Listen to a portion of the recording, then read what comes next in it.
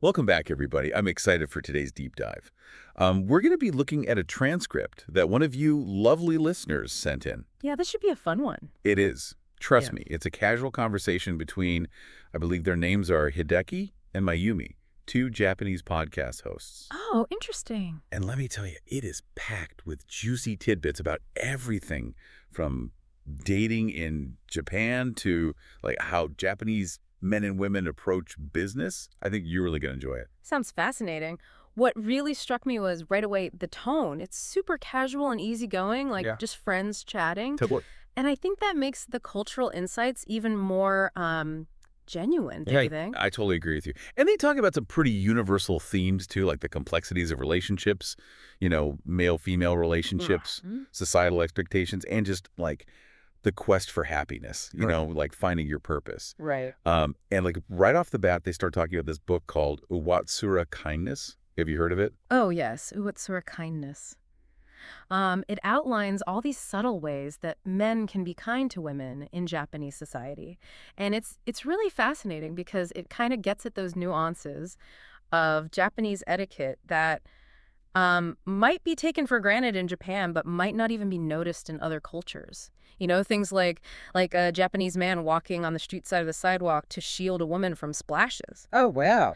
or offering a seat on the train. These little gestures, are seen as chivalrous and very considerate, I never even thought about that, the sidewalk thing. right? That's so interesting. It really makes you think about all the things we take for granted in our own culture. Yeah. But it's not just about being polite. Yeah. Like they get into dating expectations. Absolutely. They even discuss how cultural norms can shape how a woman acts on a first date, which I thought was really interesting. Yeah. Yeah. Mayumi, the female host, she suggests that women should never go on a date hungry. Oh, interesting. Yeah. Okay. Her reasoning is that being hungry can, lead to irritability. And that could, obviously could affect the date, make it a less pleasant experience for both of them. Okay, that's kind of brilliant and a little surprising too. Right. And Hideki, the male host, he's kind of surprised by this. He's Really? like, he hadn't really considered that perspective before. Right. He finds it more typical for women to prioritize the other person's experience. Oh, interesting. So is Mayumi like challenging that? Is she saying, hey, women have needs too, and it's okay to think about those? Yeah, I think that's a great point. It really gets to the heart of what makes this conversation so insightful. Mayumi's comment, even if it wasn't intended that way, really sparks a discussion about like unspoken expectations, Right. especially in the context of dating. And then also how, Japanese cultural norms can shape behavior Yeah. because in many ways Japanese society really values harmony and not being a burden to others. So in a way, Mayumi's tip, about eating beforehand Right. could be seen as aligning with that value. Yeah, that makes sense. By taking care of her own needs, she's ensuring a more enjoyable, experience for everybody. It's like she's subtly saying that self-care is a form of consideration. Exactly. It's pretty different from, what we see sometimes, the suffer in silence kind of mentality. Right. Um, they also get into the differences between how men and women approach business and leadership roles. What do you think about that? Oh, yeah, that was a really interesting part of the conversation. Mayumi, she observes that women, they often start businesses, to help others or to solve a problem that they've experienced personally. Which makes sense. Women are often more directly affected by societal issues. Yeah. So it's natural they'd want to address Yeah. those. But, I mean, is she saying men don't care about that, about making a difference? No, not necessarily. She acknowledges that, historically men have been more focused on financial success, and she attributes that to kind of the historical role of men as providers and just those societal expectations. But, she's not blaming men. She's just pointing out this historical context, which I thought was important. Yeah, that's a really good point. It's not about blame. It's about understanding the bigger picture. Yeah. The societal forces that shape us. And then what's interesting is that she doesn't advocate for women to just like try to beat men at their own game. Exactly. She suggests a different approach. What is it? She believes that women should leverage their unique strengths, their empathy, their collaborative spirit, all those things that, are often seen as feminine qualities. Right. And then work with men, not against them, but with them Oh, I like that. to build a better world. That's a great message. It's not about competition. It's about like true partnership Yes. and recognizing that we need both perspectives Yeah. to create real change, you know? And what's really nice is that, Hideki, he agrees with her. He recognizes that both men and women bring valuable skills to the table and that collaboration is key, Yeah, which I think is a really positive takeaway. absolutely. And it's refreshing, I think, to hear this perspective, Yeah. especially in a world where, genders are so often kind of pitted against each other. And I think it shines a light on how women's roles are evolving in Japan, Yeah. especially in the business world. There's this whole movement of female entrepreneurs Right. who are really, challenging the old norms Yeah. and creating their own paths, which is Yeah, it's like they're saying, we don't have to fit into this box. We can create our own definition of success. exactly. And Mayumi's point about collaborating, I think that's key. It's not about excluding men or dominating the system. Right. It's about working together, recognizing the value of all the different approaches.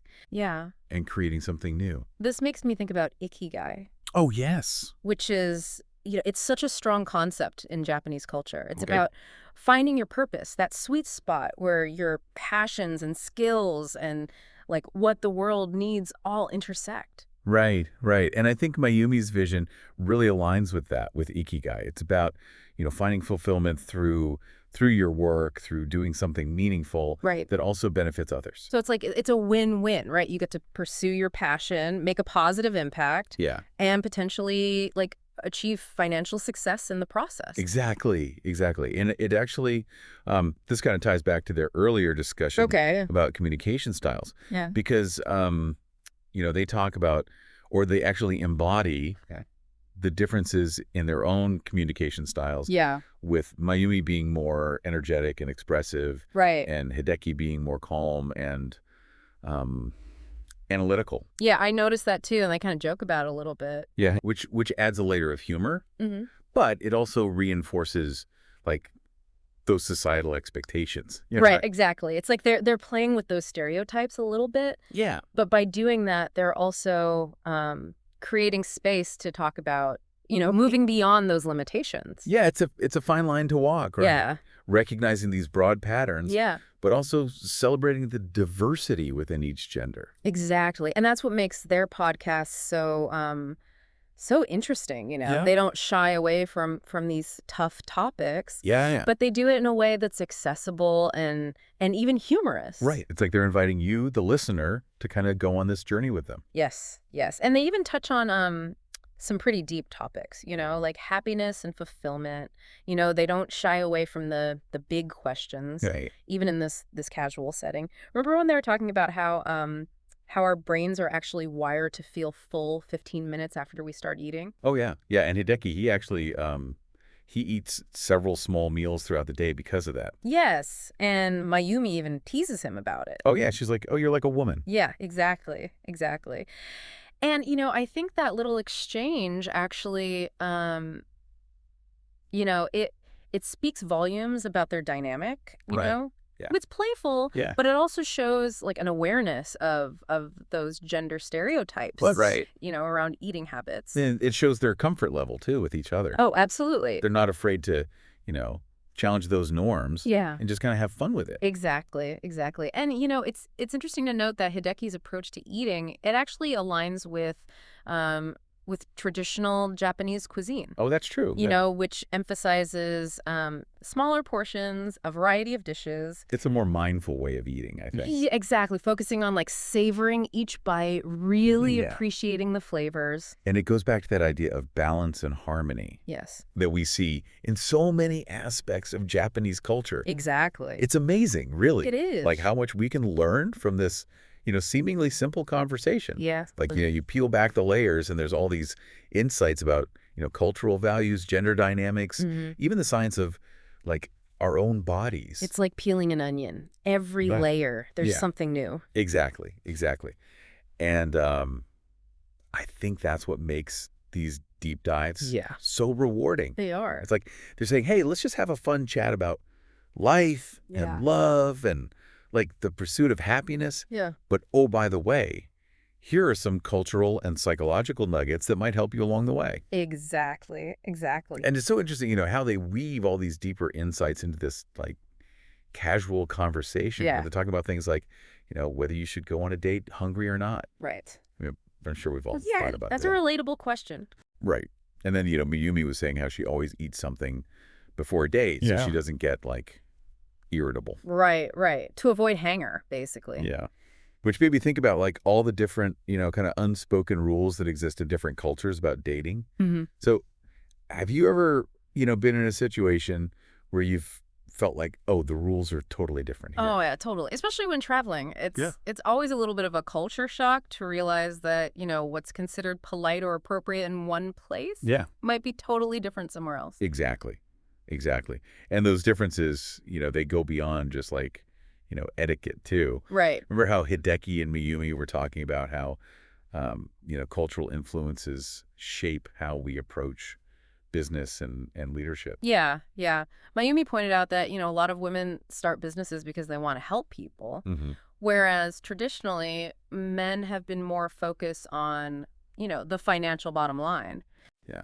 Yeah. And I thought her suggestion that women should work with men to build a better world, that was really powerful. It is. It's a really, I think, inspiring idea. Yeah. And it's not about, one gender being better than the other. It's about recognizing that we need all these different perspectives Yeah. if we're going to, create real change. Exactly. So I guess the question is, what does all this mean for you, our listener? Well, I think, it reminds us that even the most ordinary conversations like the one we've just been dissecting Yeah. can be really insightful. Yeah. If you pay attention to the little cues, the unspoken assumptions, the cultural context, it can help us understand ourselves and the world around us so much better.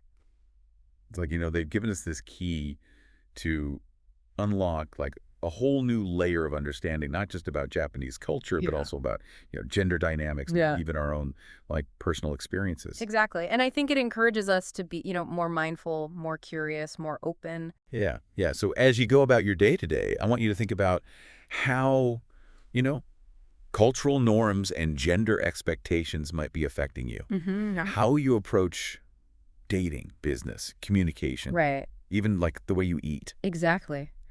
It's a journey, and I think this deep dive has given us all some great food for thought. Absolutely. Well, that's all the time we have for today. Thanks for listening, everyone, and we'll see you next time for another deep dive.